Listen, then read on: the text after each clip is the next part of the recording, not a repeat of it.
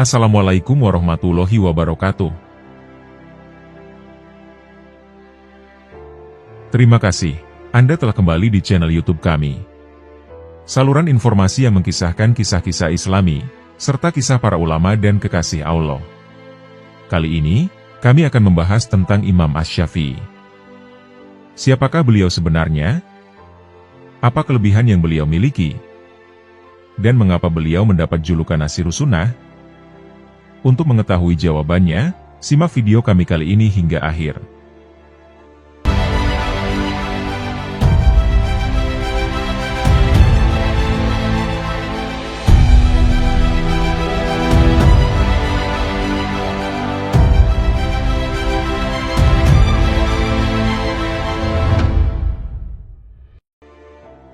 Kisah keteladanan Imam Syafi'i. Ada orang yang royal dan dermawan untuk urusan-urusan besar, dan memberi kemanfaatan besar untuk dirinya. Misalkan dalam berbisnis, agar bisnisnya berkah, ia pun bersedekah. Akan tetapi, ada pula orang yang dermawan, bahkan untuk urusan sepele sekalipun. Salah satunya adalah Imam Syafi'i. Nama asli beliau Muhammad bin Idris Asy-Syafi'i Al-Muthalib. Beliau adalah pribadi salaf yang alim, beradab, zuhud, seorang muhaddis, faqih, dan ahli ibadah. Sifat kedermawanan dan kezuhudannya juga sangat terkenal. Ada kisah menarik dari Imam Syafi'i terkait dengan kezuhudan dan kedermawanannya. Ar-Rabi bin Sulaiman, murid dari Imam Syafi'i pernah bercerita. Suatu hari Imam Asy-Syafi'i lewat, tiba-tiba cambuk beliau terjatuh, lalu ada seorang anak kecil yang melompat mengambilnya, mengusapnya dengan lengan bajunya, kemudian menyerahkannya kepada Imam Asy-Syafi'i. Maka setelah itu Imam Asy-Syafi'i memberinya upah 7 dinar dan keping uang emas, yang setara dengan 28 gram. Selain itu, Imam Ar-Rabi juga menceritakan pengalamannya sendiri. Dirinya kemudian berkata Imam Syafi'i, "Saya telah menikah wahai Syekh." Lalu Imam Asy-Syafi'i bertanya kepadaku, "Kamu beri mahar berapa istrimu?" Maka saya kemudian menjawabnya, "Saya beri mahar 30 dinar, tetapi saya cicil 6 dinar dulu." Maka setelahnya beliau langsung memberiku 24 dinar untuk menggenapinya. Masya Allah, padahal Imam Syafi'i bukanlah orang yang kaya raya. Namun, beliau memberikan 24 dinar, atau yang setara dengan 96 gram emas itu secara cuma-cuma. Jika dirupiahkan, kurang lebih 96 gram emas setara uang 90 juta rupiah. Pada zaman sekarang, tidak mudah menemukan orang yang sedermawan Imam Syafi'i. Akan tetapi, bukan berarti tidak ada orang yang memiliki sifat seperti beliau. Ar-Rabi bin Sulaiman juga pernah berkata, bahwa pada suatu waktu, Imam Syafi'i hendak naik ke kudanya. Namun, tiba-tiba ada seseorang datang dengan tergopoh-gopoh, sembari memegang pedal kaki kudanya, untuk membantu Imam Syafi'i menaiki kuda tersebut. Imam Syafi'i lantas berkata kepada Ar-Rabi, "Berikanlah 4 dinar kepada orang itu atas namaku, dan katakan kepadanya, bahwa aku minta maaf karena memberikan uang dengan jumlah yang tidak berharga ini." Masya Allah, lagi-lagi Imam Syafi'i tidak merasa jumawa dengan perbuatan mulianya tersebut, dan beliau malah tetap merendah. Ada lagi kisah menarik dari Imam Syafi'i ini, yakni ketika beliau menunaikan ibadah haji. Abdullah bin Zubair Humaidi pernah berkata, pada suatu ketika, Imam Syafi'i pergi untuk menunaikan ibadah haji. Ketika itu, Imam Syafi'i membawa uang sebanyak 10.000 dinar. Beliau kemudian mendirikan sebuah kemah di luar kota Makkah Mukarramah. Setelah menunaikan sholat subuh, beliau menuangkan seluruh uang dinar tersebut di atas kain yang dihamparkan di dalam kemah itu. Kemudian beliau memberikan masing-masing 1 genggam uang kepada setiap orang Makkah yang datang mengunjunginya. Demikianlah, dan akhirnya uang tersebut beliau habiskan, bahkan sebelum datang waktu sholat zuhur. Betapa kemuliaan Imam Syafi'i begitu besar, namun beliau senantiasa mengerjakan amal soleh. Sudah seharusnya kita meneladani perbuatan baik, yang telah Imam Syafi'i contohkan dalam kisah tadi.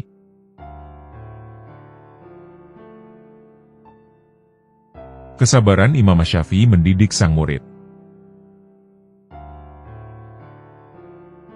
Imam Syafi'i merupakan seorang mufti besar umat Islam. Beliau jugalah sang pendiri madhab Syafi'i. Selama masa hidupnya, Imam Syafi'i memiliki banyak murid yang mendalami ilmu kepadanya. Salah satu murid Imam Syafi'i bernama Ar-Rabi bin Sulaiman. Banyak riwayat yang mengisahkan tentang Ar-Rabi bersama Imam Syafi'i. Ia termasuk sosok yang istimewa, dan saat ini dikenal sebagai salah satu ulama besar yang terpercaya dalam periwayatannya. Ar-Rabi juga dikenal sebagai pelantun adzan dengan suara merdu. Ia sering melantunkan adzan di Masjid Jamik Fustot, masjid yang sering dikenal dengan nama Masjid Amru bin Ash. Suara merdunya dalam mengumandangkan adzan, bahkan sering mendapat pujian Imam Syafi'i. Namun ada kisah menarik dari Ar-Rabi, yang juga dikenal lamban dalam menerima pelajaran dari Imam Syafi'i. Dikutip dari buku Ensiklopedia Imam Syafi'i, karya Dr. Ahmad Nahrawi Abdus Salam Al-Indonesi, di dalamnya dikisahkan perjalanan Ar-Rabi dalam menuntut ilmu. Sama seperti murid lainnya, Ar-Rabi selalu hadir ketika Imam Syafi'i menyampaikan ilmu dalam majelis. Namun, Ar-Rabi selalu gagal dalam memahami ilmu yang disampaikan Imam Syafi'i. Dengan sabar, Imam Syafi'i mengulang kembali pelajaran yang telah disampaikan. Setelah menerangkan pelajaran, Imam Syafi'i bertanya kepada muridnya itu, "Wahai Ar-Rabi, sudah pahamkah engkau?" Lantas jawablah oleh Ar-Rabi, "Saya belum paham wahai Syekh." Dengan kesabarannya, Imam Syafi'i mengulang lagi pelajarannya, dan menanyakan hal yang sama. "Wahai Ar-Rabi, sudah pahamkah engkau?" Namun berulang kali Ar-Rabi masih mengatakan belum faham juga. Dalam kitab Manaqib Imam Syafi'i, yang ditulis oleh Imam Baihaqi, disebutkan bahwa Imam Syafi'i sampai harus menerangkan hingga 39 kali, namun tidak juga dipahami oleh Ar-Rabi. Mengetahui sang murid tak kunjung paham, Imam Syafi'i lantas mengundang Ar-Rabi untuk datang ke rumahnya, dan mengajarnya secara privat. Dengan penuh kesabaran, Imam Syafi'i menjelaskan, dan menyampaikan ilmunya. Dan lagi-lagi, Ar-Rabi masih tak bisa memahaminya. Sampai pada suatu hari, Imam Syafi'i mengatakan kepada Ar-Rabi sebuah kalimat yang menenangkan, sekaligus menjadi motivasi baginya. "Wahai muridku, sebatas inilah kemampuanku mengajarimu. Dan jika kau masih belum paham juga, maka berdoalah kepada Allah, agar berkenan mengucurkan ilmunya untukmu. Saya hanya menyampaikan ilmu, dan Allah lah yang memberikan ilmu." Demikianlah ujar Imam Syafi'i kepada muridnya itu. Ar-Rabi memang mengalami kesulitan menyerap ilmu yang disampaikan Imam Syafi'i. Namun, ia memiliki sebuah kelebihan, yakni suaranya yang merdu saat melantunkan adzan. Suatu hari, Imam Syafi'i mendengar suara adzan Ar-Rabi, dan kemudian berkata, "Sungguh, aku sangat senang mendengar suara adzanmu. Seandainya aku bisa menurunkan ilmu kepadamu, aku akan menyuapkannya kepadamu, seperti seorang bayi yang disuapi makanan oleh ibunya." Mendengar ucapan sang guru, Ar-Rabi menjadi semakin bersemangat belajar, sekaligus bermunajat kepada Allah Subhanahu wa Ta'ala, agar ia dipermudah menerima ilmu. Keikhlasan, kesolehan, dan kesungguhan dari Ar-Rabi akhirnya dapat membuahkan hasil. Ar-Rabi bin Sulaiman kini bahkan bukan hanya dikenal sebagai muadzin bersuara merdu. Pria yang lahir pada tahun 174 Hijriah, dan wafat pada tahun 270 Hijriah ini, kemudian berkembang menjadi salah satu ulama besar madhab Syafi'i, dan termasuk perawi hadis yang sangat terpercaya dalam periwayatannya. Selain berguru pada Imam Syafi'i, Ar-Rabi juga banyak belajar dari ulama lain seperti Abdullah bin Wahab, Abdullah bin Yusuf At-Tanisi, Ayub bin Suaid Ar-Romli, Yahya bin Hasan Asad bin Musa.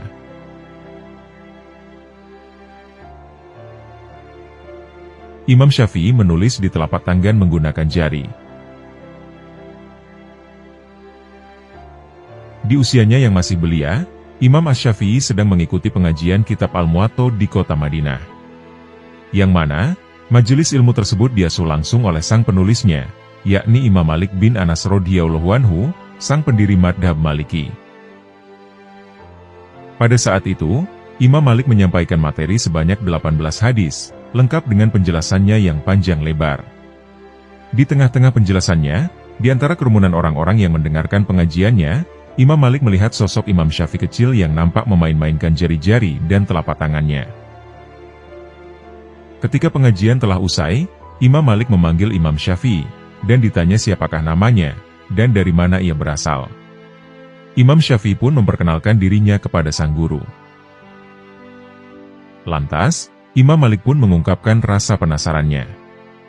Tadi, aku melihatmu memainkan jari-jarimu di atas telapak tanganmu. Benarkah yang aku lihat tadi itu? Tanya Imam Malik yang penasaran. Tidak wahai Imam Malik. Justru ketika engkau menjelaskan sebuah hadis, maka aku menulisnya dengan jari di telapak tanganku. Apabila engkau menghendaki, aku akan menyampaikan kembali atas apa yang telah engkau ajarkan kepada kami. Ucap Imam Syafi'i ketika meyakinkan gurunya. Kalau begitu silahkan. Perintah Imam Malik kepada Imam Syafi'i. Akhirnya, Imam Syafi'i pun menjelaskan ulang 18 hadis, lengkap dengan penjelasannya, dan sama persis seperti apa yang telah dijelaskan oleh Imam Malik. Melihat hal itu, Imam Malik pun takjub melihat kecerdasan yang dimiliki murid barunya, yakni Imam Syafi'i kecil. Bahkan, Imam Malik juga berpesan, "Wahai Muhammad bin Idris, bertakwalah kepada Allah Subhanahu wa Ta'ala. Sungguh di waktu yang akan datang, engkau akan menjadi orang besar."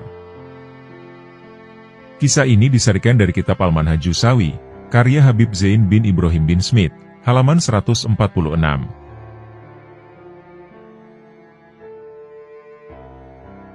Imam Syafi'i dan jenazah Abu Nawas. Diketahui, Abu Nawas hidup sezaman dengan Imam Syafi'i radhiyallahu anhu. Raja Abbasiyah yang berkuasa saat itu ialah Harun ar-Rasyid, dan permaisurinya Zubaidah. Abu Nawas dikenal penyair pemuja minuman keras, mulhid tak bertuhan, dan penggemar musik lagu seronok.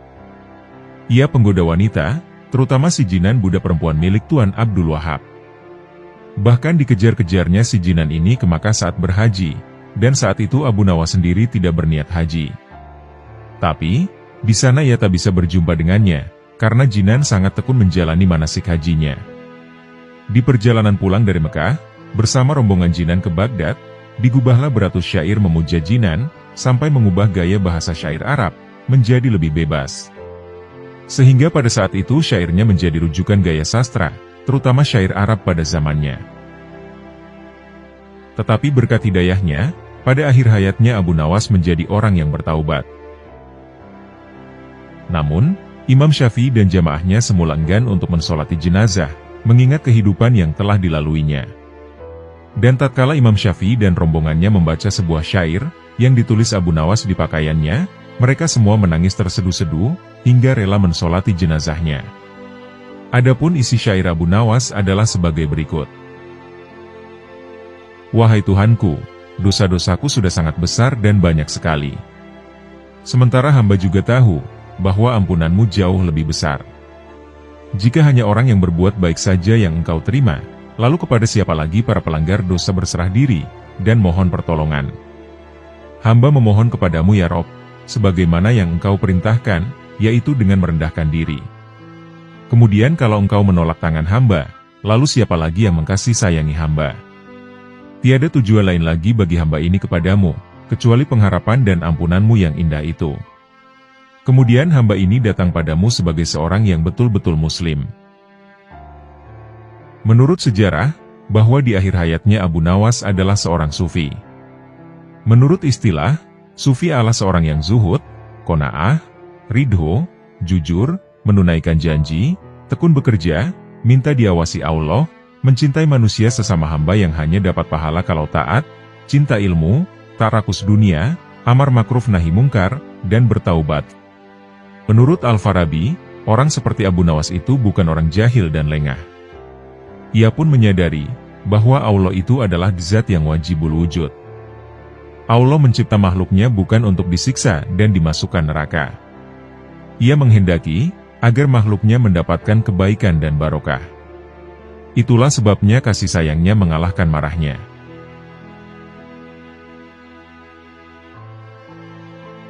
Imam Syafi'i yang didoakan Rasulullah. Diriwayatkan bahwa Ahmad ibni Naas pernah bermimpi bertemu Rasulullah Shallallahu Alaihi Wasallam. Dalam mimpi itu, ia bertanya kepada Rasulullah, "Wahai Rasulullah, dengan siapa kami diperintahkan untuk mengikuti, dan siapa yang dijadikan rujukan bagi kami?" Maka berkatalah Rasulullah Shallallahu Alaihi Wasallam, "Hendaklah kamu berguru mengikuti mazhab Muhammad bin Idris Asy-Syafi'i, sebab dialah bagian dariku." Imam Syafi'i wafat usia 57 atau 58 tahun. Beliau lahir di wilayah negeri Syam, dan wafat di Mesir. Imam Syafi'i masuk Mesir 2 kali, dan pernah berdakwah di beberapa negara seperti Yaman, Irak, Arab, dan Mesir. Dan apa yang membuat Rasulullah meminta kepada Allah agar tidak menghisab Imam Syafi'i di hari kiamat? Ternyata berkat sebuah sholawat yang beliau baca. Berikut ini adalah arti dari sholawat yang dibaca Imam Syafi'i. Ya Allah, limpahkanlah sholawat atas Nabi kami, Nabi Muhammad, selama orang-orang yang ingat menyebut-Mu, dan orang-orang yang lalai lupa untuk menyebut-Mu. Terkait sholawat ini, Imam Al-Ghazali juga menyebutkan dalam kitab Ihya Ulumuddin. Dari riwayat Imam Abul Hasan Asy-Syafi'i, dia berkata, "Saya telah bermimpi melihat Rasulullah Shallallahu Alaihi Wasallam, lalu saya bertanya kepada beliau, 'Ya Rasulullah, dengan kebaikan apa Imam Syafi'i diberi balasan dari sebab ucapannya dalam kitab Ar-Risalah?' Rasulullah Shallallahu Alaihi Wasallam lalu menjawab, 'Ia dibebaskan dari keharusan menghadapi perhitungan hisab pada hari kiamat.'" Dari Ali bin Abi Thalib karamallahu wajah, bahwa Rasulullah Shallallahu Alaihi Wasallam pernah bersabda, "Orang yang pelit adalah orang yang ketika disebut namaku di sisinya, lalu ia tidak bersolawat untukku." Hadis riwayat Tirmidzi. Rasulullah Shallallahu Alaihi Wasallam pernah bersabda, "Perbanyaklah bersolawat padaku pada hari Jumat, karena sesungguhnya solawat umatku diperlihatkan kepadaku pada setiap hari Jumat. Barang siapa saja yang paling banyak solawatnya, maka ia menjadi orang yang paling dekat kedudukannya dariku." Hadis riwayat Al-Baihaqi.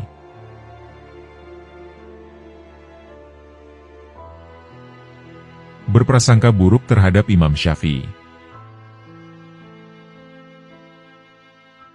Suatu hari, Imam Syafi'i berkunjung ke rumah Imam Ahmad bin Hambal. Diketahui, Imam Ahmad mempunyai seorang putri yang solehah. Kalau malam beribadah, siang berpuasa, dan ia menyukai kisah orang-orang soleh. Putri beliau ini ingin sekali melihat Imam Syafi'i secara langsung, sebab sang ayahnya sangat menghormatinya. Singkat cerita, ketika Imam Syafi'i berkunjung ke rumah mereka, sang putri merasa sangat senang, dan berharap bisa melihat apa saja yang dikerjakan Imam Syafi'i, serta mendengar ucapan-ucapannya. Setelah selesai makan malam bersama, Imam Ahmad menuju tempat sholat, untuk melakukan sholat dan zikir, dan Imam Syafi'i tiduran terlentang. Sedangkan, sang putri Imam Ahmad selalu mengawasi Imam Syafi'i sampai fajar. Di pagi harinya, sang putri Imam Ahmad berkata kepada ayahnya, "Wahai ayahku, apakah benar dia ini Imam Syafi'i, sosok yang engkau ceritakan padaku dulu?" Imam Ahmad kemudian menjawabnya, "Benar wahai anakku, dialah Imam Syafi'i." Sang putri bertanya lagi, "Aku mendengar bahwa engkau menghormati Imam Syafi'i. Akan tetapi apa yang aku lihat tadi malam dia tidak sholat, tidak zikir, tidak pula mengerjakan wirid. Dan aku juga melihat ada 3 hal yang aneh." Imam Ahmad berbalik bertanya, "Apa saja 3 hal itu, wahai anakku?" Sang putri menjelaskan, "Ketika kita sajikan makanan kepada Imam Syafi'i, dia makan banyak sekali, dan ini berbeda dengan yang ku dengar. Ketika masuk kamar, dia tidak beribadah sholat malam. Dan ketika sholat subuh bersama kita, dia sholat tanpa wudhu.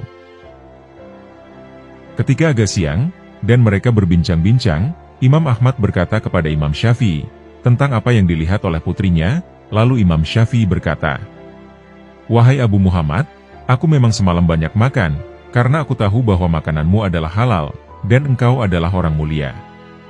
Sedangkan makan orang mulia adalah obat, dan kalau makanan orang bakhil adalah penyakit. Jadi, aku makan bukan untuk kenyang, tapi untuk berobat dengan makananmu.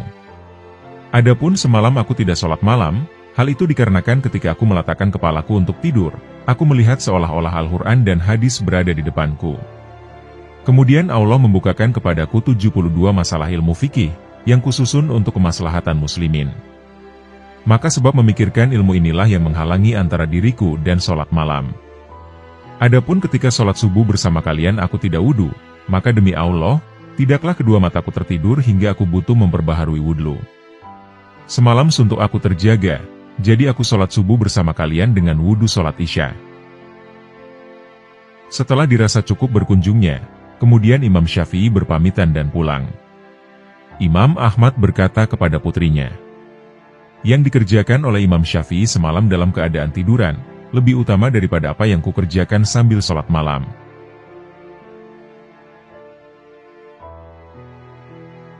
Kisah dijodohkannya Imam Syafi'i.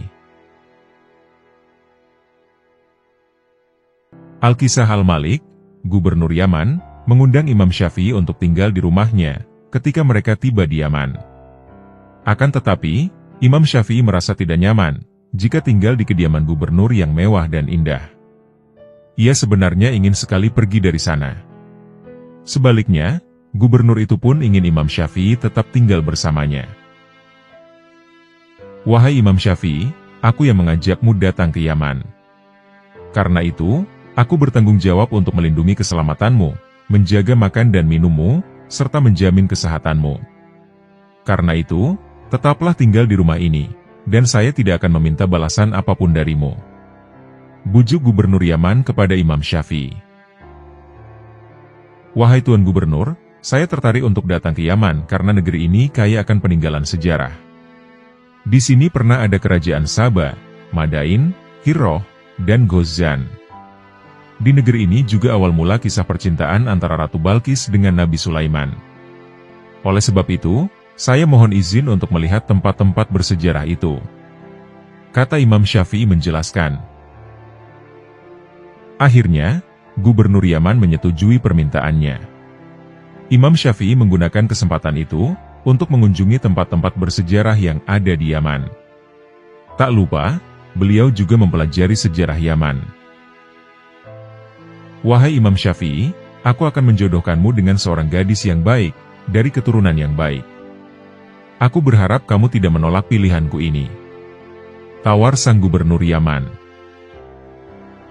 "Bolehkah saya tahu siapa perempuan yang Anda maksud?" tanya Imam Syafi'i kepada sang gubernur.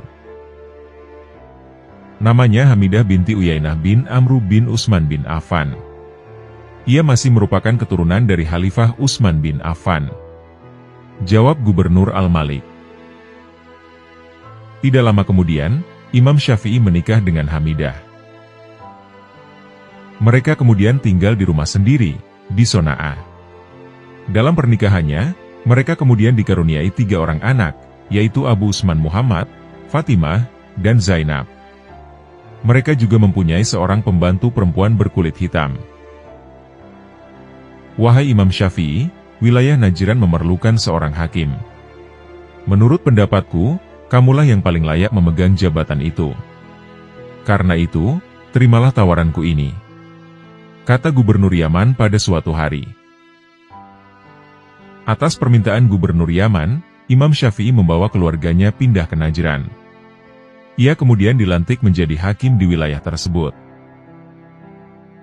Imam Syafi'i lahir di Syam pada bulan Rajab tahun 150 Hijriah. Ada yang mengatakan ia dilahirkan bertepatan pada saat Imam Abu Hanifah meninggal dunia. Imam Syafi'i lahir pada masa kekhalifahan Abu Ja'far Al-Mansur dari Bani Abbasiyah. Imam Syafi'i dibesarkan dalam keadaan serba kekurangan. Sejak kecil, ia sudah mempelajari Al-Quran, dan bahkan mampu menghafalnya. Pada usia 10 tahun, Imam Syafi'i sudah memahami dan menghafal kitab Al-Muwatta, yang dikarang oleh Imam Malik. Ia juga mempunyai suara yang merdu, pandai bersyair dan bersajak. Ketika berusia 15 tahun, ia telah memberi fatwa dan mengajar orang-orang di Masjidil Haram. Masyarakat memujinya, karena kegigihan dan kepandaiannya yang luar biasa. Imam Syafi'i meninggal di Mesir pada tahun 204 Hijriah, ketika beliau berumur 54 tahun. Imam Syafi'i bertabaruk dengan Imam Ahmad. Suatu hari, Imam Syafi'i yang saat itu berada di Mesir, memanggil seorang muridnya yang bernama Ar-Rabi bin Sulaiman. Diketahui, Ar-Rabi ini terkenal sebagai periwayat karya-karya Imam Syafi'i. Hampir semua karya Imam Syafi'i yang sampai pada zaman ini, hampir kebanyakan melalui Ar-Rabi bin Sulaiman. Kepadanya Imam Syafi'i berkata, "Wahai Ar-Rabi, ini surat dariku. Pergilah, dan sampaikan surat ini kepada Imam Ahmad bin Hanbal. Sesampai di sana, tunggulah jawabannya, dan sampaikan padaku." Setelah menerima perintah itu, Ar-Rabi segera bergegas menuju Baghdad. Di sana ia berjumpa dengan Imam Ahmad bin Hanbal saat sholat subuh. Setelah Imam Ahmad keluar dari mihrab, Ar-Rabi menyampaikan surat tadi sambil berkata, "Ini ada surat saudara Anda, Asy-Syafi'i dari Mesir." Imam Ahmad kemudian bertanya, "Apakah engkau telah mengetahui isinya?" Ar-Rabi bin Sulaiman lalu menjawab, "Saya belum mengetahui isinya." Kemudian Imam Ahmad membuka surat tersebut, dan membacanya sambil berlinangan air mata. Ar-Rabi yang penasaran kemudian bertanya, "Apakah isinya wahai Imam Ahmad?" Kemudian Imam Ahmad menjelaskan, bahwa Imam Asy-Syafi'i dalam surat tersebut bercerita, jika beliau telah bermimpi bertemu Rasulullah Shallallahu Alaihi Wasallam. Dalam mimpi tersebut Rasulullah bersabda, "Kirimkan surat kepada Abu Abdillah, dan bacakan salamku kepadanya. Kemudian katakan padanya, sesungguhnya engkau akan mendapat cobaan besar. Ketika itu, jangan engkau turuti mereka, maka Allah akan mengangkat namamu hingga hari kiamat." Setelah mendengar kabar itu, Ar-Rabi pun berkata, "Ini adalah kabar gembira, wahai Abu Abdillah." Kemudian Imam Ahmad mencopot salah satu baju gamis yang menempel di tubuhnya, dan memberikannya kepada Ar-Rabi. Salah satu kebiasaan orang Arab adalah memberi sesuatu sebagai ucapan terima kasih, ketika ada orang yang membuatnya gembira. Ar-Rabi pun menerima pemberian itu, sambil menunggu jawaban Imam Ahmad terkait surat Asy-Syafi'i. Setelah urusan selesai, Ar-Rabi kemudian kembali ke Mesir. Di sana ia segera menemui Imam Syafi'i, dan memberikan surat balasan dari Imam Ahmad. Setelah Ar-Rabi sudah ada di hadapannya, Imam kemudian Syafi'i bertanya, "Apa yang diberikannya padamu?" Maka Ar-Rabi pun menjawab, "Imam Ahmad memberikanku baju gamisnya." Imam Syafi'i melihat kegembiraan yang terpancar dari Ar-Rabi, karena telah menerima baju tersebut. Kemudian Imam Syafi'i berkata, "Aku bukan hendak menyusahkanmu, dengan memintamu memberikan baju itu padaku. Namun, basuhlah baju itu, kemudian berikan air basuhannya padaku, agar aku bisa bertabarruk dengannya." Kisah ini disampaikan oleh banyak ulama, diantaranya Imam As-Subki dalam Tobaqat Asy-Syafi'iyah Al-Kubro, Ibnu Katsir dalam Al-Bidayah wa Nihayah, Ibnul Jauzi dalam Manaqibu Ahmad, dan As-Safarini dalam Hidzul Albab. Dalam keterangan Imam Ibnu Mufli yang termaktub di kitab Al-Adabus Syariah, Imam Ar-Rabi menjelaskan bila air tersebut disimpan oleh Imam Syafi'i, dan digunakan untuk cuci muka setiap hari. Sebenarnya, Imam Ahmad adalah murid dari Imam Syafi'i. Namun, saat itu Imam Ahmad telah terkenal sebagai ulama besar di Baghdad. Hubungan guru dan murid ini tak menghalangi Imam Syafi'i untuk bertabarruk kepada Imam Ahmad, sebagai bentuk pengakuan beliau akan kesalehan dan keilmuan Imam Ahmad. Ini adalah salah satu bentuk dari tawadu Imam Syafi'i. Selain itu, dalam kisah ini Imam Syafi'i mengajarkan kepada muridnya yang bernama Ar-Rabi, anjuran untuk bertabarruk dengan orang soleh dan ulama. Beliau sekaligus menandaskan, bahwa tabarruk tidak melulu khusus kepada Rasulullah Shallallahu Alaihi Wasallam. Tabarruk secara bahasa bermakna mengharap barokah. Sedang barokah sendiri bermakna bertambah atau berkembang. Dalam kaitan dengan tabarruk, Barokah berarti anugerah dan limpahan ilahi, sehingga amal kebaikan terus bertambah. Dengan demikian, bertabarruk dengan orang soleh, sama dengan mengharap kepada Allah Ta'ala, atas limpahan dan bertambahnya amal kebaikan, dengan wasilah kedudukan derajat orang soleh tersebut di sisi Allah Ta'ala. Bertabarruk hakikatnya bertawasul kepada Allah dengan orang soleh, atau hal-hal yang terkait dengannya. Tabarruk dapat dilakukan dengan mengunjungi orang soleh, menziarahi kubur mereka, pakaian bekas mereka, dan tempat yang pernah dikunjungi mereka, dan lain-lain. Bertabarruk sangat dianjurkan dalam agama menurut mayoritas ulama madhab 4, selama tetap meyakini bahwa segala limpahan adalah pemberian Allah. Dan kita juga bertabarruk semata-mata mengikuti perintah Allah, dan mengikuti anjuran nabinya. Hanya segelintir ulama yang melarang tabarruk dengan orang soleh seperti Imam Ibnu Taimiyah, Ibnu Qayyim Jauziyah, dan Imam Syatibi. Bahkan menurut penelitian Syekh Abdul Fattah Qudais Al-Yafi'i, tidak ada ulama sebelum Ibnu Taimiyah yang melarang bertabarruk dengan orang soleh.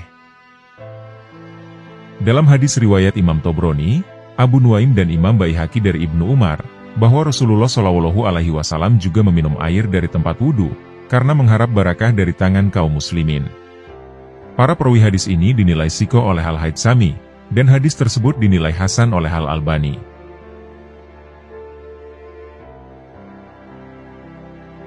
Imam Syafi'i menjawab pertanyaan sulit. Siapa yang tidak kenal dengan Imam Syafi'i? Beliau adalah seorang sarjana Islam independen terkemuka, menguasai multidisiplin keilmuan Islam, dan terhitung sebagai mujtahid mutlak. Sebuah pencapaian intelektual yang sulit dicapai, apalagi zaman sekarang. Tapi, bagaimana mungkin ulama legendaris itu pernah gemetar saat ditanya sebuah dalil? Dalam diskursus usul fikih secara global, dalil syariat terbagi menjadi dua, yaitu dalil yang disepakati oleh Imam 4, Hanafi, Maliki, Syafi'i, dan Hambali, dan dalil yang tidak disepakati oleh keempat imam tersebut. Kemudian, dalil yang disepakati disebut sebagai al-adillah al-muttafaq fiha. Sementara, dalil yang tidak disepakati semua imam madhab disebut al-adillah al-mukhtalaf fiha. Perbedaannya adalah, jika dalil yang disepakati, berarti semua imam madhab menggunakannya sebagai landasan hukum Islam syariat. Namun sebaliknya, dalil yang tidak disepakati adalah, dalil yang tidak semua imam madhab mengadopsinya sebagai dasar hukum. Salah satu dalil yang disepakati itu adalah ijma, atau konsensus para ulama. Posisi ijma sendiri berada pada urutan ketiga setelah Al-Quran dan hadis. Terdapat sebuah kisah dari Imam Syafi'i, yang berkaitan dengan dasar hukum Islam ketiga itu, atau ijma. Lantas, mengapa para ulama menggunakan ijma sebagai dasar hukum? Penjelasannya ada firman Allah berikut ini. Dan barang siapa yang menentang Rasul, yang sesudah jelas kebenaran baginya, dan mengikuti jalan yang bukan jalan orang-orang mukmin, kami biarkan ia leluasa terhadap kesesatan yang telah dikuasainya itu, dan kami masukkan ia ke dalam jahanam. Dan jahanam itu seburuk-buruk tempat kembali. Quran Surat An-Nisa, ayat 115. Ayat tadi menegaskan, bahwa orang yang tidak mengikuti jalan orang-orang mukmin, akan mendapat ancaman neraka jahanam. Atas dasar inilah, orang yang tidak setia pada konsensus para ulama atau ijma, berarti termasuk dalam ancaman itu. Terdapat kisah Imam Syafi'i yang ditanyai oleh seorang kakek misterius, terkait dasar penggunaan ijma sebagai salah satu landasan hukum Islam. Dikisahkan, pada suatu hari, waktu antara zuhur dan asar, Imam Syafi'i tengah bersandar di sebuah tiang, riwayat lain mengatakan bukan tiang. Tiba-tiba, datanglah seorang kakek misterius dengan mengenakan jubah, imamah, dan sarung. Semua yang dikenakan kakek itu terbuat dari suf atau bulu domba. Tangannya memegang sebuah tongkat. Tampak sekali kewibawaannya. Imam Syafi'i yang melihat kehadirannya, segera berdiri untuk merapikan pakaian, lalu duduk kembali. Kakek itu lalu mengucapkan salam dan turut duduk. Betapa Imam Syafi'i melihat kakek itu penuh dengan kewibawaan. Sang kakek lalu berkata, "Saya ingin mengajukan sebuah pertanyaan." "Silakan, apa pertanyaan Anda?" Jawab Imam Asy-Syafi'i. Apa dasar dari agama Allah? Tanya sang kakek. Dasarnya adalah Al-Quran. Jawab Imam Asy-Syafi'i. Lalu apa lagi? Tanya sang kakek. Sunnah Rasulullah Shallallahu Alaihi Wasallam. Jawab Imam Asy-Syafi'i. Lalu apa lagi? Tanya sang kakek. Konsensus atau ijma para ulama. Jawab Imam Asy-Syafi'i. Apa landasan-landasan Anda mengatakan konsensus para ulama? Desak sang kakek lagi. Landasannya terdapat dalam Al-Quran. Jawab Imam Asy-Syafi'i. Jika ada dalam Al-Quran, lalu ayat manakah yang menerangkannya? Lanjut sang kakek mendesak lagi. Kali ini Imam Syafi'i tidak langsung menjawab. Beliau sempat berpikir sejenak, namun Imam Syafi'i masih belum juga bisa menjawabnya. Menyadari demikian, sang kakek memberinya jeda waktu 3 hari untuk Imam Syafi'i, guna mencarikan jawabannya. Saya beri waktu 3 hari 3 malam. Jika engkau menemukan ayat dari Al-Quran itu, engkau berarti benar. Jika tidak, maka bertaubatlah. Tegas sang kakek dengan nada tegas. Wajah Imam Syafi'i tampak pucat pasi. Ia lalu pergi, dan tidak terlihat selama 3 hari 3 malam, karena beliau sedang berusaha dan mencari petunjuk kepada Allah. Tak terasa sudah 3 hari telah berlalu. Artinya, waktu Imam Syafi'i telah habis. Di waktu antara zuhur dan asar, Imam Syafi'i kemudian kembali ke tempat pertemuannya dengan sang kakek 3 hari yang lalu. Dalam waktu 3 hari itu, tentu Imam Syafi'i berusaha keras, dan berdoa dengan sungguh-sungguh kepada Allah. Terbukti, wajah, kedua tangan, dan kedua kaki Imam Syafi'i nampak terlihat membengkak. Badannya pun terlihat kurang sehat. Imam Syafi'i kemudian duduk di tempat biasa, dengan gerakan yang lamban. Sang kakek kemudian datang, mengucap salam, lalu duduk seperti pada pertemuan pertama. Silakan, berikan jawabanmu. Ucap sang kakek memulai. Baiklah, aku akan menjawabnya. Ucap Imam Asy-Syafi'i.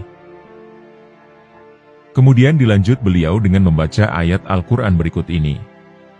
Dan barang siapa yang menentang Rasul yang sesudah jelas kebenaran baginya, dan mengikuti jalan yang bukan jalan orang-orang mukmin, kami biarkan ia leluasa terhadap kesesatan yang telah dikuasainya itu, dan kami masukkan ia ke dalam jahanam. Dan jahanam itu seburuk-buruk tempat kembali. Quran Surat An-Nisa, ayat 115. Jawabanmu sungguh tepat sekali. Timpal sang kakek dengan nampak tersenyum. Kakek itu pun berdiri, dan kemudian pergi. Belakangan, menurut Tajuddin As-Subki, kakek itu adalah Nabi Khidir alaihi salam. Kisah Imam Syafi'i di atas mengandung pesan moral yang sangat penting. Kita tahu, Imam Syafi'i adalah ulama besar yang tidak diragukan lagi keilmuannya. Kebesaran Imam Syafi'i diakui oleh banyak ulama. Imam Ahmad bin Hambal pernah berkata, Imam Syafi'i itu laksana mentari bagi dunia, dan kesembuhan bagi tubuh. Setelahnya, tidak ada orang yang menandingi kebesarannya. Syekh Yunus bin Abdul A'la juga pernah berkata, andaikan dikumpulkan seluruh ulama, maka tidak akan mampu menandingi kecerdasan Imam Syafi'i. Namun dengan kebesaran dan keluasan ilmunya, Imam Syafi'i tidak membuatnya sombong. Bahkan beliau dikenal sebagai sosok yang sangat tawadhu. Dalam kisah tadi, saat Imam Syafi'i belum tahu jawaban, dari sebuah pertanyaan yang diajukan sang kakek misterius, beliau tidak gengsi untuk tidak menjawab. Karena saat itu, beliau memang belum mengetahui jawabannya. Lebih dari itu, kisah tadi juga menunjukkan betapa tanggung jawab akademik seorang Imam Syafi'i begitu besar. Dilihat dari kondisi fisiknya yang tidak baik-baik saja, setelah selama 3 hari 3 malam beliau mencari jawaban, membuktikan bahwa Imam Syafi'i sangat bersungguh-sungguh, baik zahir maupun batin, dalam berusaha mendapatkan jawaban yang tepat. Pada hari ini, saat banyak orang mengaku sebagai ulama, dengan kapasitas keilmuan dan moral jauh dari cukup, kisah Imam Syafi'i menjadi bahan introspeksi. Imam Syafi'i saja tidak terburu-buru menjawab atas apa yang belum diketahuinya. Akan tetapi pada zaman sekarang, masih ada saja orang dengan kapasitas ilmu di bawah standar, dengan lantang mengaku ulama, dan dengan jumawa mengaku ia yang paling benar. Firasat Imam Syafi'i kepada 4 muridnya. Bagi Muslim Indonesia, nama Imam Asy-Syafi'i sudah tidak asing didengar. Namanya cukup masyhur, karena dikenal sebagai peletak dasar ilmu ushul fikih, dan pendiri madhab Syafi'i, madhab paling banyak diikuti umat Muslim di Asia Tenggara. Di balik keluasan ilmunya, beliau juga mempunyai karomah yang jarang diketahui umat Muslim. Imam Ahmad bin Hanbal, sang pendiri madhab Hambali, beliau merupakan murid Imam Syafi'i ketika di Baghdad.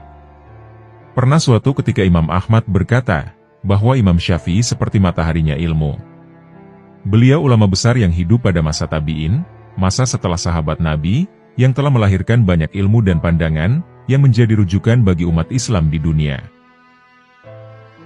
Musa Muhammad, dalam satu kajiannya menceritakan, bahwa Imam Syafi'i bukan hanya seorang mujtahid, tetapi juga seorang ulama soleh, yang ternyata memiliki banyak karomah. Di antara karomahnya, diceritakan oleh Imam Al-Baihaqi dalam kitabnya Manaqib Asy-Syafi'i. Setelah beliau hijrah ke Mesir sampai akhir hayatnya, di sana beliau memiliki murid yang menceritakan perihal kewalian Imam Syafi'i. Ar-Rabi bin Sulaiman pernah berkata, "Kami masuk menemui Imam Syafi'i menjelang wafatnya. Saya, Al-Buaiti, Al-Muzani, dan Muhammad bin Abdullah bin Abdul Hakam. Imam Asy-Syafi'i memandang kami cukup lama, kemudian dengan serius memperhatikan kami, seraya berkata, 'Engkau wahai Abu Yakub, dirimu akan meninggal dalam belenggu besimu. Adapun engkau wahai Muzani, di Mesir akan ada peristiwa besar, dan engkau akan mengalami masa, di mana engkau menjadi orang terpandai di zaman itu. Adapun engkau wahai Muhammad, engkau akan kembali ke madhab ayahmu. Adapun engkau wahai Ar-Rabi, engkau akan menjadi muridku yang paling bermanfaat bagiku, dalam menyebarkan kitab. Bangkitlah wahai Abu Yakub, dan terimalah halqoh, jadilah pengasuh majelisku.' Ar-Rabi kemudian berkata, 'Demikianlah yang terjadi, sebagaimana yang beliau katakan.' Dalam kisah barusan, diceritakan ada 4 murid menonjol Imam Syafi'i yang datang membesuk gurunya, pada saat sang guru sedang sakit. Mereka adalah Ar-Rabi, Al-Buaiti atau Abu Yakub, Al-Muzani, dan Muhammad, atau Ibnu Abdi Al-Hakam. Setelah Imam Syafi'i memandang beberapa saat, maka dengan serius beliau memberitahukan penglihatannya kepada mereka. Yang pertama adalah Al-Buaiti, yang diramalkan Imam Syafi'i akan diuji dan meninggal dalam belenggu besi. Yang kedua adalah Al-Muzani, yang diramalkan akan menjadi tokoh besar. Yang ketiga adalah Ibnu Abdi Al-Hakam, yang diramalkan akan kembali ke madhab ayahnya, yakni madhab Maliki. Dan yang keempat adalah Ar-Rabi, yang diramalkan akan berperan besar menyebarkan kitab-kitab karangan Imam Syafi'i. Singkat cerita, apa yang dikatakan oleh Imam Syafi'i benar-benar menjadi kenyataan. Pada masa Khalifah Al-Watsiq Billah, Ibnu Abi Duat yang beraliran Mu'tazilah memerintahkan gubernur Mesir untuk memanggil Al-Buaiti dan mengetesnya terkait Al-Quran. Al-Buaiti menolak untuk mengatakan bahwa Al-Quran itu makhluk. Beliau pun ditangkap, diikat pada leher dan kakinya dibelenggu dengan rantai seberat 40 ritel, atau kira-kira seberat 16 kg, dan dibawa ke Baghdad. Di sana beliau dipenjara dalam keadaan dibelenggu, dan wafat dalam keadaan dibelenggu, sebagaimana firasat dari Imam Syafi'i. Setelah Al-Buaiti dizolimi dalam peristiwa fitnah Al-Quran makhluk itu, maka Al-Muzanilah yang menggantikan Al-Buaiti, untuk mengasuh majelis warisan Imam Syafi'i. Pengaruh Al-Muzani semakin membesar, dan ilmunya tersebar luas terutama, setelah beliau mengarang kitabnya yang masyhur, yakni Mukhtasar Al-Muzani. Barangkali inilah yang dimaksud Imam Syafi'i sebagai perkara besar, dan Al-Muzani akan menjadi orang terpandai di zamannya. Adapun Ibnu Abdi Al-Hakam, awalnya murid Imam Syafi'i ini bermadhab Maliki, sebagaimana madhab yang diikuti ayahnya. Setelah Imam Asy-Syafi'i datang ke Mesir, beliau tertarik dengan ilmunya, berguru kepadanya, dan menjadi muridnya. Pada saat Asy-Syafi'i sakit, Ibnu Abdi Al-Hakam ingin menggantikan Imam Syafi'i sebagai pengasuh majelis. Al-Buaiti saat itu menolak, karena beliaulah murid Imam Syafi'i yang dipercaya sang imam. Akhirnya, terciptalah ketegangan di antara keduanya. Al-Humaidi datang sebagai penengah, dan bersaksi bahwa Imam Syafi'i menegaskan Al-Buaitilah muridnya yang paling berilmu, sehingga paling layak mengasuh majelis menggantikan beliau. Ibnu Abdi Al-Hakam menyerga ucapan Al-Humaidi, dengan mengatakan bahwa dia telah berdusta. Al-Humaidi menjawabnya dengan lebih keras lagi. Dusta kamu juga ayah dan ibumu.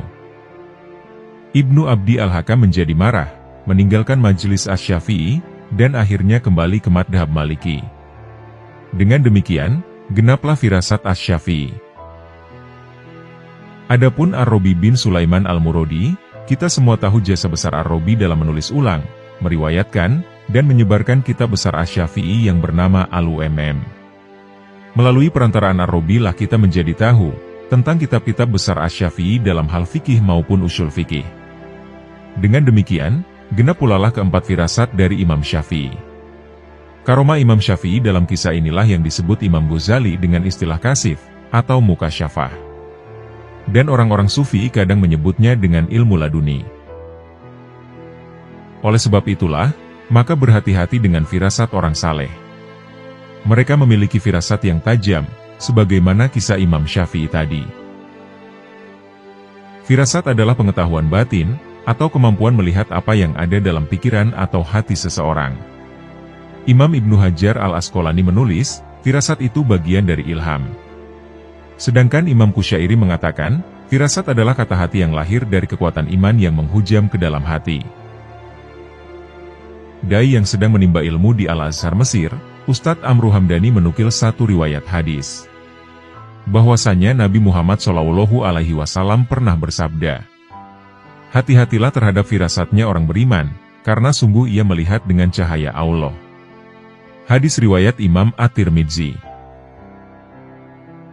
Dalam risalahnya, Imam Qusyairi pernah menukil satu kisah tentang firasat orang beriman. Beliau menceritakan kisah Imam Syafi'i dan Imam Muhammad Asy-Syaibani radhiyallahu anhu. Diceritakan bahwa suatu hari Imam Syafi'i dan Imam Muhammad Asy-Syaibani sedang duduk-duduk di Masjidil Haram. Selang beberapa lama, masuklah seseorang yang tak dikenal ke dalam masjid. Imam Asy-Syaibani kemudian berkata, firasat saya, orang yang masuk ini adalah tukang kayu. Imam Syafi'i kemudian juga menyambut, kalau menurut firasat saya, orang ini adalah seorang tukang besi. Kemudian untuk membuktikan itu, mereka berdua bertanya langsung kepada orang tadi. Orang tersebut kemudian berkata, dahulu saya adalah tukang besi, dan sekarang saya pemotong kayu. Masya Allah, begitulah ketajaman firasat ulama-ulama salaf terdahulu. Allah memberi mereka kemuliaan, berkat ketaatan dan kesolehan mereka.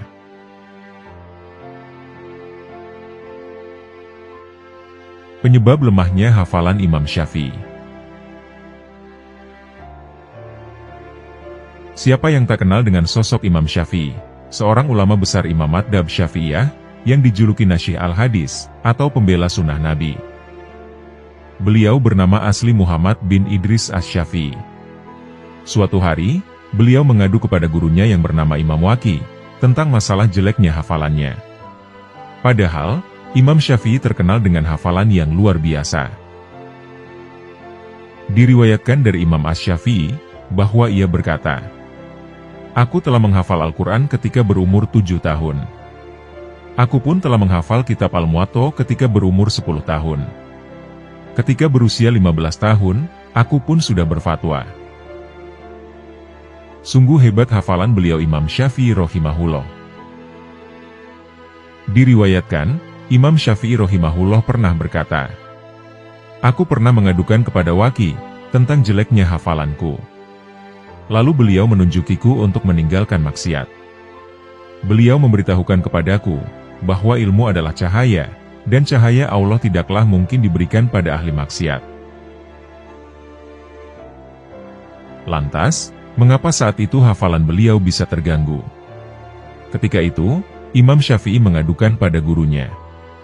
Beliau kemudian berkata kepada Imam Waqi, "Wahai guruku, aku tidak dapat mengulangi hafalanku dengan cepat. Kalau boleh tahu, apa sebabnya?" Sang guru, Imam Waqi, lantas berkata, "Engkau pasti pernah melakukan suatu dosa. Cobalah engkau merenungkannya kembali." Imam Syafi'i pun kemudian merenung. Beliau merenungkan keadaan dirinya. "Dosa apakah yang kira-kira telah kuperbuat, sehingga hafalanku menjadi lemah seperti ini?" tanya Imam Syafi'i dalam hati. Beliau pun akhirnya teringat, bahwa pernah suatu saat beliau melihat seorang wanita tanpa sengaja, yang ia saat itu sedang menaiki kendaraannya, lantas tersingkap pahanya. Ada juga riwayat yang mengatakan, bahwa yang terlihat adalah hanya mata kakinya. Lantas setelah itu beliau memalingkan wajahnya. Inilah tanda waro dari Imam Syafi'i, yaitu kehati-hatian beliau dari perkara maksiat. Beliau melihat kaki wanita yang tidak halal baginya, lantas beliau menyebut dirinya bermaksiat. Sehingga, ia lupa terhadap apa yang telah ia hafal. Al-Habib Quraisy Baharun, pengasuh Ponpes Asidku Kuningan Jawa Barat mengatakan, sudah makruf perkataan Imam Syafi'i di tengah-tengah kita, mengenai jeleknya hafalan karena sebab maksiat. Hal ini menjadi ibroh bagi kita, bahwa maksiat bisa mempengaruhi jeleknya hafalan, dan mengganggu ibadah kita. Sebagai renungan untuk kita semua, bahwa cahaya Allah baik itu berupa ilmu, dan bimbingan atau lindungan rahmatnya akan jauh dari pelaku maksiat. Semoga Allah memberi taufik kepada kita, agar terhindar dari perkara maksiat.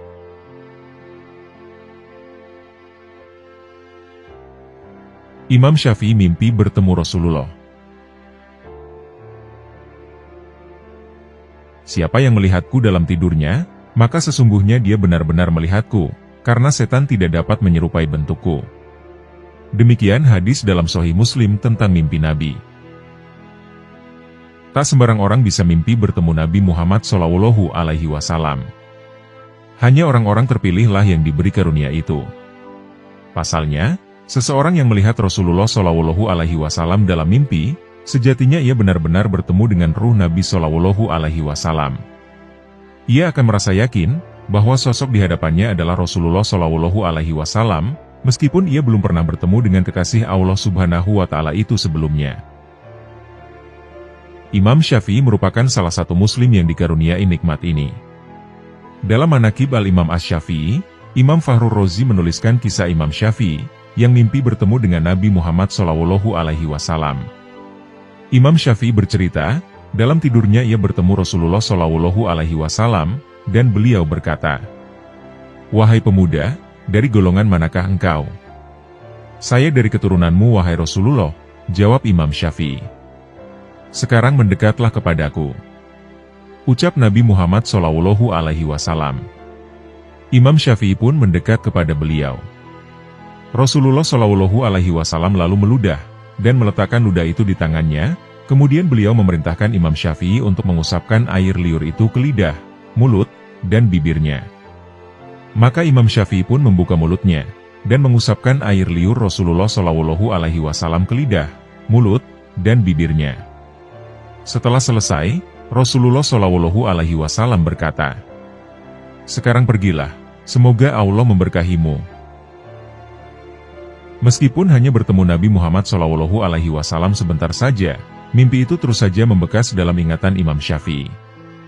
Bagaimana mungkin ia bisa lupa dengan doa yang dipanjatkan Rasulullah SAW untuknya itu? Selain itu, air liur Nabi SAW juga mengandung mukjizat dan keberkahan. Selain mimpi bertemu Nabi SAW, saat masih kecil, Imam Syafi'i juga pernah bermimpi melihat seorang laki-laki yang sedang mengimami sholat di Masjidil Haram. Setelah selesai sholat, sang imam menghampiri jemaahnya dan mengajarkan ilmu kepada mereka. Maka Imam Syafi'i mendekati imam tersebut, seraya berkata, "Ajarilah aku." Tanpa disangka-sangka, Imam Masjidil Haram itu justru mengeluarkan timbangan dari lengan bajunya, kemudian memberikannya kepada Syafi'i kecil, dan berkata, "Semoga Allah memberimu hidayah."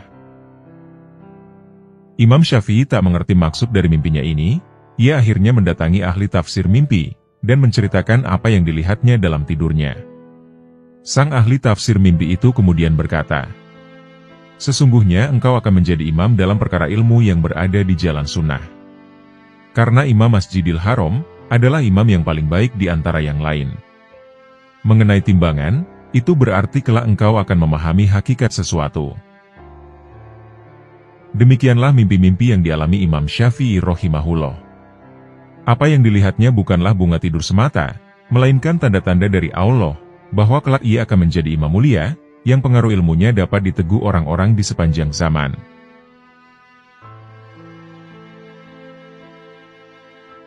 Imam Syafi'i bertemu Sayyidina Ali. Suatu waktu, seorang laki-laki gagah dan tampan menghampiri Imam Syafi'i. Matanya tajam, tubuhnya sedang, tidak terlalu tinggi, dan juga tak pendek. Imam Syafi'i belum pernah bertemu dengan lelaki itu sebelumnya. Namun entah mengapa, ia sudah yakin bahwa sosok di hadapannya adalah Ali bin Abi Thalib radhiyallahu anhu, sang babul ilmi, atau pintunya ilmu.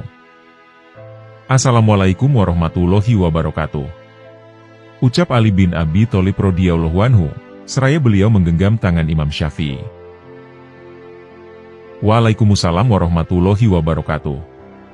Balas Imam Syafi'i yang menyambut musafahah lelaki berjuluk Abu Al-Hasan ini. Sang Khalifah keempat itu tak banyak berkata kepada Imam Syafi'i. Setelah bersalaman, ia melepaskan cincin yang dikenakannya, lalu dipakaikannya ke jari Imam Syafi'i. Ketika itu, Imam Syafi'i hanya tertegun dan terdiam.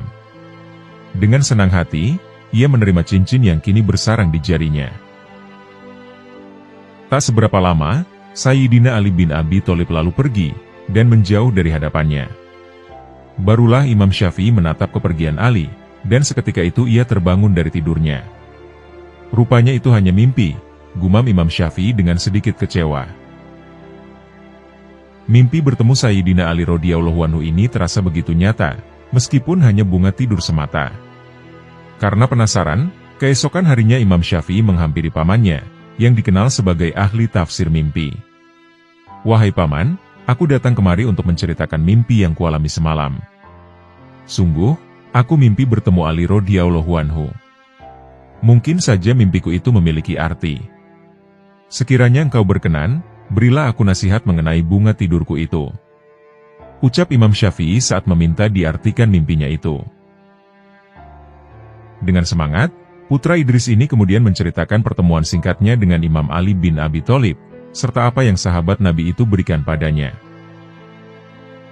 Mendengar mimpi yang dikisahkan kemenakannya, sang paman begitu kaget dan takjub. Ia menyadari, itu adalah pertanda, bahwa Imam Syafi'i akan menjadi orang besar, dan berpengaruh di kemudian hari. Ahli tafsir mimpi ini lalu berkata, musafahah atau salamanmu dengan Ali bin Abi Thalib itu bermakna, bahwa engkau akan aman dari azab. Adapun cincin yang dilepaskan Ali radhiyallahu anhu, dan ia pakaikan di jarimu, itu bertanda bahwa namamu akan dikenal banyak orang, baik di timur maupun barat, sebagaimana masyhurnya nama Ali bin Abi Thalib di berbagai penjuru dunia.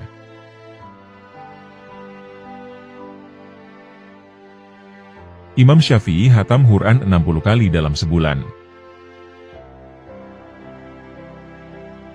Nama Imam Syafi'i yang merupakan salah seorang ulama besar, mujtahid mutlak, pembaharu agama setiap 100 tahun sekali, dan juga pendiri madhab fikih yang masyhur diikuti.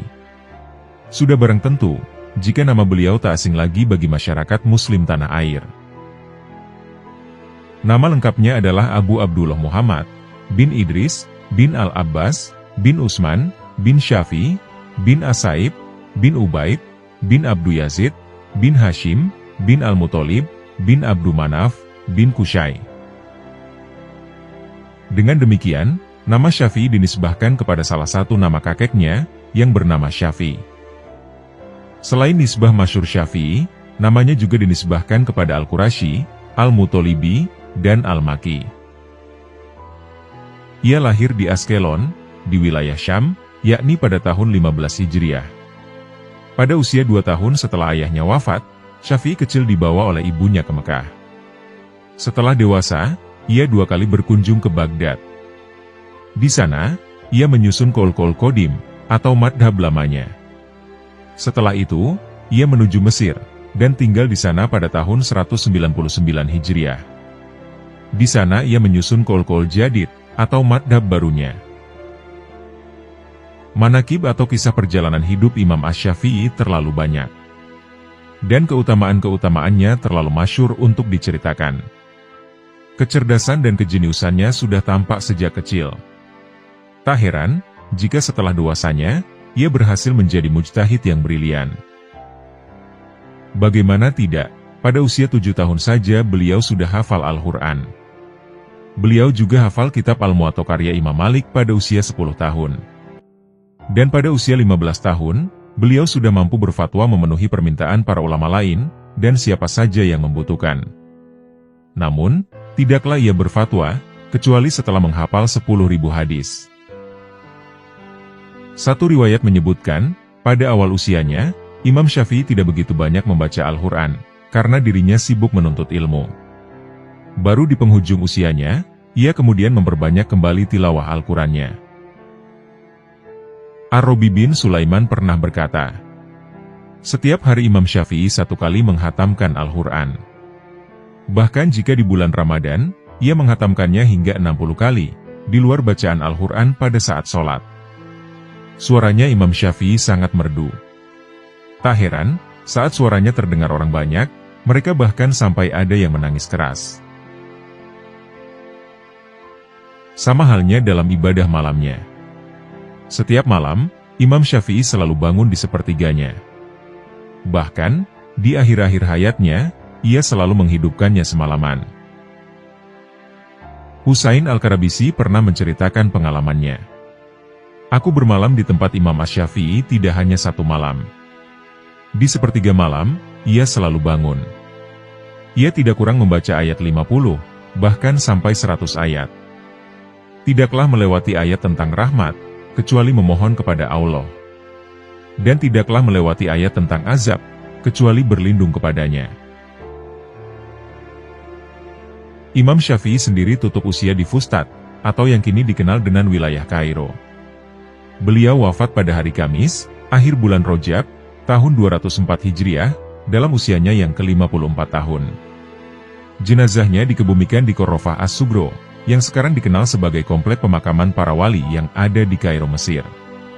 Di tempat pemakamannya, terdapat pelataran atau halaman yang pernah dimakmurkan oleh Sultan Salahuddin Yusuf, dan dibangun kubah di atas pusarannya oleh Raja Kamil Muhammad. Dan kubah itu pun masih ada hingga sekarang ini. Di sekitar makam Imam Syafi'i, terdapat makam Syaikh Jalaluddin As-Suyuti, salah satu penulis tafsir Jalalain bersama Jalaluddin Al-Mahali. Ada juga makam Ibnu Hajar Al-Asqalani, Imam Laits, Robiah Al-Adawiyah, dan sahabat Uqbah bin Umar. Semoga kita termasuk orang yang mampu mengambil pelajaran dari kesungguhan ibadah Imam Syafi'i, meneladani kecintaannya terhadap Al-Quran, serta memperoleh keberkahan ilmunya. Pandangan Imam Syafi'i terhadap orang soleh namun kaya. Syaikh Abdul Wahab bin Ahmad Syaroni, seorang ulama Mesir bermadhab Syafi'i, dalam kitabnya Al-Mizan Al-Kubro, ia menceritakan kisah Imam Syafi'i dan pandangannya terhadap ulama yang kaya raya. Ulama sufi yang menguasai ilmu fikih dan tasawuf ini, menyampaikan sebuah ilmu hikmah yang sangat mudah dicerna. Sudah masyhur, bahwa Imam Syafi'i adalah ulama yang zuhud, yang meninggalkan kemewahan dunia. Beliau awalnya iskal atau janggal kepada orang soleh yang kaya. Bahkan, kepada salah satu gurunya sendiri, yakni Imam Malik. Menurut riwayat, Imam Malik adalah ulama yang kaya raya di kota Madinah. Pakaiannya selalu bagus, berpenampilan perlente, hingga karpet di rumahnya pun mewah. Melihat hal itu, sang imam sempat iskal kepada mereka. Orang saleh tetapi mereka malah memiliki harta banyak. Demikian kata Imam Syafi'i dalam hati. Imam Malik tahu apa yang jadi kerisauan muridnya. Setelah hampir 3 tahun belajar kitab Al-Muwatta kepada Imam Malik, Imam Syafi'i kemudian bertanya, "Aku sudah selesai belajar kepadamu wahai Syaikh. Lalu, kepada siapa lagi aku akan belajar?" Imam Malik kemudian berkata, "Seandainya Imam Abu Hanifah masih hidup, belajarlah kepadanya. Tapi karena beliau sudah wafat, belajarlah kepada muridnya." Namanya adalah Muhammad bin Hasan As-Saibani yang berada di Irak.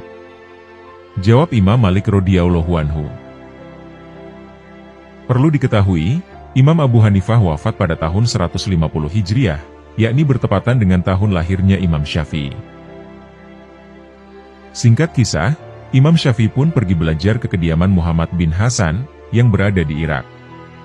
Imam Malik kemudian memberikan beberapa dinar kepada Imam Syafi'i sebagai bekalnya untuk belajar. Jumlahnya terbilang cukup, banyak bila dihitung dengan kurs rupiah sekarang.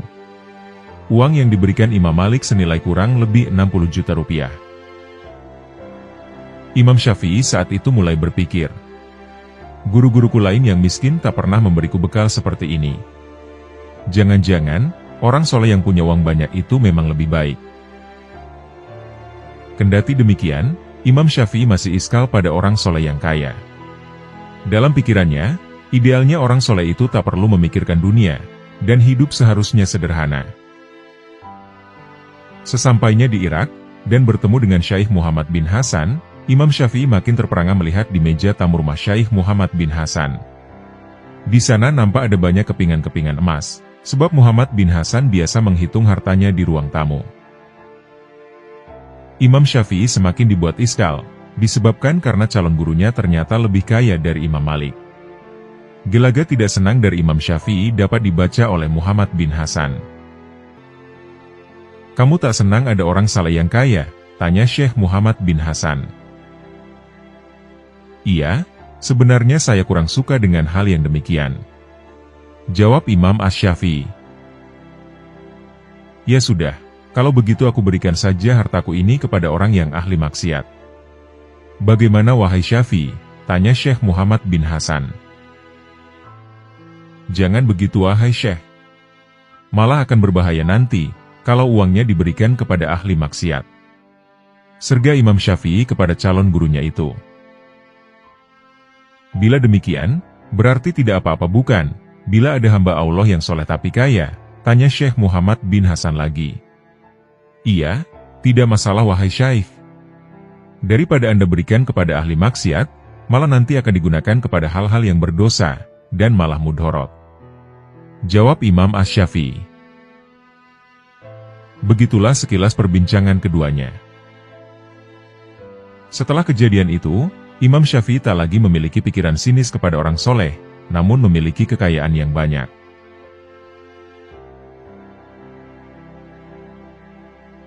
Imam Syafi'i mendamaikan perselisihan. Suatu ketika, Ar-Rabi sebagai murid memberikan informasi kepada gurunya, Imam Syafi'i, bahwa kondisi di Mesir saat itu terbagi menjadi dua kelompok. Yang pertama kukuh pada pendapatnya. Yang pertama adalah kelompok penganut madhab Maliki, dan yang kedua kelompok penganut madhab Hanafi. Imam Asy-Syafi'i pun memiliki niat untuk mendamaikan dua kelompok tersebut. Perselisihan kedua kelompok itu terjadi karena cara pandang dalam menggali hukum yang berbeda. Kelompok madhab Maliki berpendapat bahwa jika suatu persoalan hukum tidak ditemukan dalam Al-Quran, maka selanjutnya adalah mencari pada hadis Rasulullah SAW, baik mutawatir ataupun ahad. Sedangkan kelompok madhab Hanafi berpendapat bahwa setelah Al-Quran, hadis mutawatir saja yang dapat dijadikan landasan. Dan apabila tidak ditemukan, maka selanjutnya dengan melakukan ijtihad dengan akal. Sebagai contoh dalam menentukan bilangan sholat witir, kelompok madhab Hanafi berpendapat bahwa bilangan witir adalah 3 rakaat dengan 1 kali salam. Dalam hal ini ia lebih memilih menggunakan kias, karena sesuatu yang memiliki persamaan maka hukumnya sama. Menurutnya, sholat maghrib adalah witir siang dengan 3 rakaat, maka sholat witir malam pun disamakan dengan jumlah rakaat yang sama, yakni 3 rakaat dengan 1 salam. Sedangkan kelompok madhab Maliki mengatakan bahwa sholat witir harus tersusun dari 2 dan 1 rakaat. Pendapat ini berbeda dengan kelompok madhab Hanafi, yang mendasarkan argumennya pada sebuah hadis, yang menyebutkan ganjilnya rakaat sholat witir. Menurut kelompok madhab Maliki, bagaimana bisa diganjilkan, jika tidak didahului oleh sholat genap, atau salat 2 rakaat terlebih dahulu.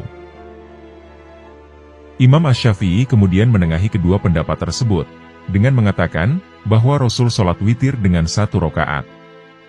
Oleh karena itu, bilangan rokaat witir adalah cukup 1 rokaat.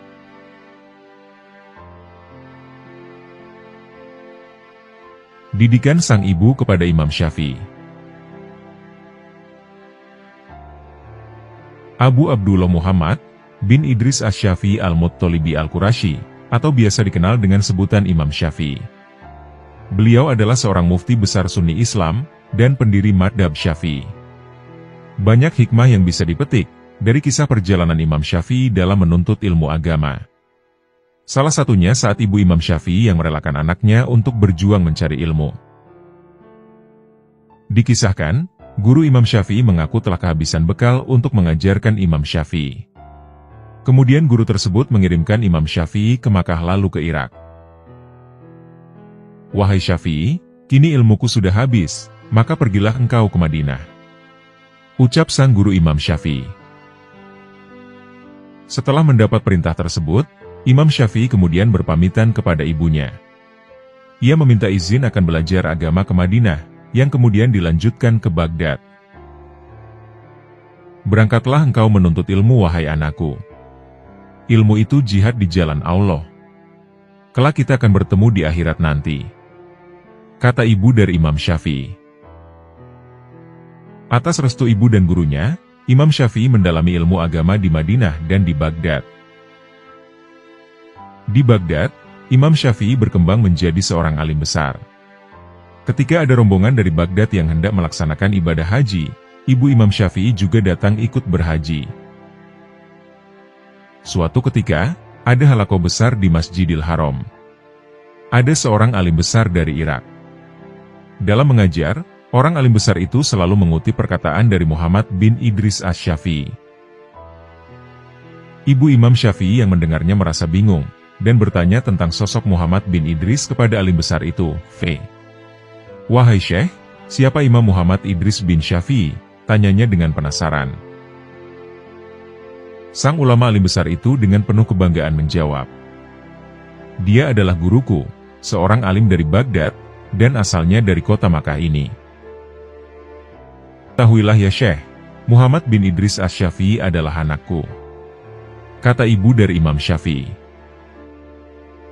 Setelah mengetahui perempuan itu adalah ibu Imam Syafi'i, maka saat itu juga orang-orang menghormatinya. "Pesanku untuk Syafi'i, kalau dia ingin segera pulang, maka sekarang sudah kuperbolehkan pulang," ucap ibu Imam Syafi'i. Murid Imam Syafi'i itu lalu menyampaikan pesan tersebut langsung ke Imam Syafi'i, bahwa beliau sudah diizinkan pulang oleh ibunya. Mendengar kabar tersebut, Imam Syafi'i langsung bergegas pulang. Orang-orang yang mencintainya memberikan banyak kekayaan. Ada yang memberi unta, lengkap dengan isinya di punggung unta.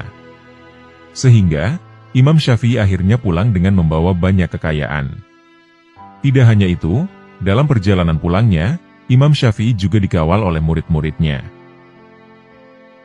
Dan sampai di batas kota Makkah, Imam Syafi'i kemudian menyuruh muridnya untuk memberi kabar pada ibunya, bahwa sang anak sudah dekat. Singkat cerita, murid Imam Syafi'i tersebut lebih dulu ke kota Makkah, lalu mengetuk pintu rumah ibu Imam Syafi'i. "Siapa yang di depan?" tanya ibu Imam Syafi'i. "Saya adalah muridnya Imam Syafi'i, anak Anda," jawab murid Imam Syafi'i tersebut.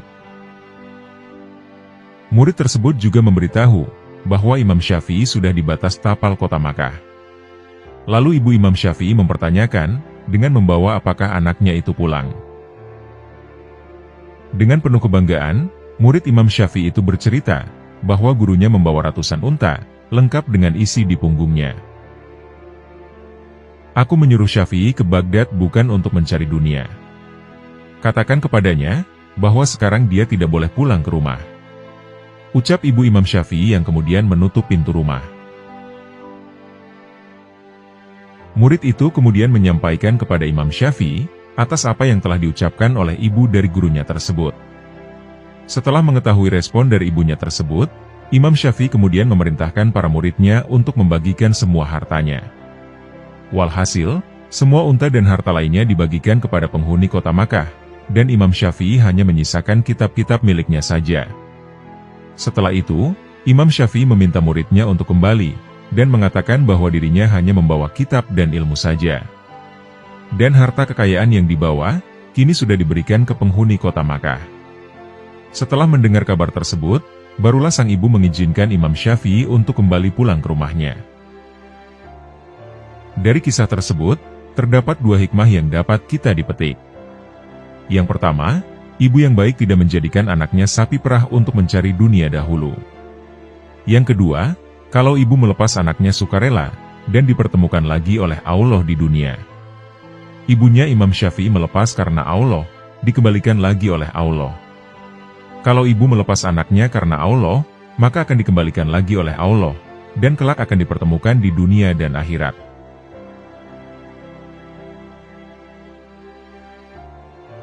Demikianlah kisah-kisah teladan dari Imam Asy-Syafi'i radhiyallahu anhu. Semoga Allah Subhanahu wa Ta'ala mengumpulkan kita dengan para kekasihnya, di dunia maupun akhirat. Dan semoga dengan apa yang telah kami sampaikan, dapat menambah ketakwaan kita kepada Allah Subhanahu wa Ta'ala. Wallahu a'lam bishawab. Terima kasih telah menonton video kami. Jangan lupa klik tombol subscribe, like, komen, dan share, sebagai bentuk dukungan terhadap channel kami. Wassalamualaikum warahmatullahi wabarakatuh.